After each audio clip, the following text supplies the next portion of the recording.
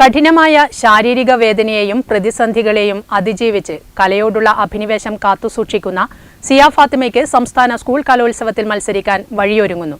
Vasculitis എന്ന ഗുരുതരമായ രോഗാവസ്ഥയോട് മല്ലിടുന്ന പടന്നയിലെ സിയയുടെ കലോത്സവ സ്വപ്നം യാഥാർത്ഥ്യമാക്കാൻ വിദ്യാഭ്യാസ വകുപ്പ് പ്രത്യേക ഉത്തരവ് പുറപ്പെടുവിച്ചു.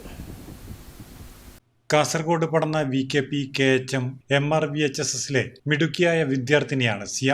സംസ്ഥാന കലോത്സവത്തിൽ അറബിക് പോസ്റ്റർ ഡിസൈനിങ്ങിൽ മാറ്റുരയ്ക്കാൻ സിയ യോഗ്യത നേടിയിരുന്നുവെങ്കിലും ആരോഗ്യ പ്രശ്നങ്ങൾ യാത്രയ്ക്ക് തടസ്സമാവുകയായിരുന്നു.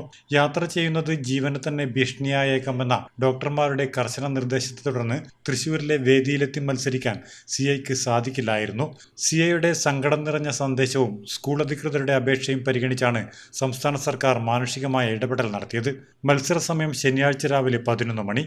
വേദി തൃശൂർ CMS HSS വേദി 17. വീഡിയോ കോൺഫറൻസിംഗിലൂടെ സിയയ്ക്ക് മത്സരത്തിൽ പങ്കെടുക്കാം. ബന്ധപ്പെട്ട ഉദ്യോഗസ്ഥർ ഓൺലൈനായി മത്സരം നിരീക്ഷിക്കുകയും മൂല്യനിർണ്ണയം നടത്തുകയും ചെയ്യും. തന്റെ രോഗാവസ്ഥയെ നിശ്ചയദാർഢ്യം കൊണ്ട് മറികടക്കുന്ന സിയയുടെ പോരാട്ടം കലോത്സവ വേദിക്ക് പുത്തൻ ഊർജ്ജമാകും. സിയയുടെ സ്വപ്നങ്ങൾക്ക് ഈ പ്രത്യേക ഉത്തരവ് ഒരു വലിയ കൈത്താങ്ങാവുകയാണ്. രോഗപീഠകൾക്കിടയിലും തളരാത്ത മനസ്സിനെ അഭിനന്ദനങ്ങൾ കൊണ്ട് മൂടുകയാണിപ്പോൾ കലാലോകം. Network news, Trikaripur.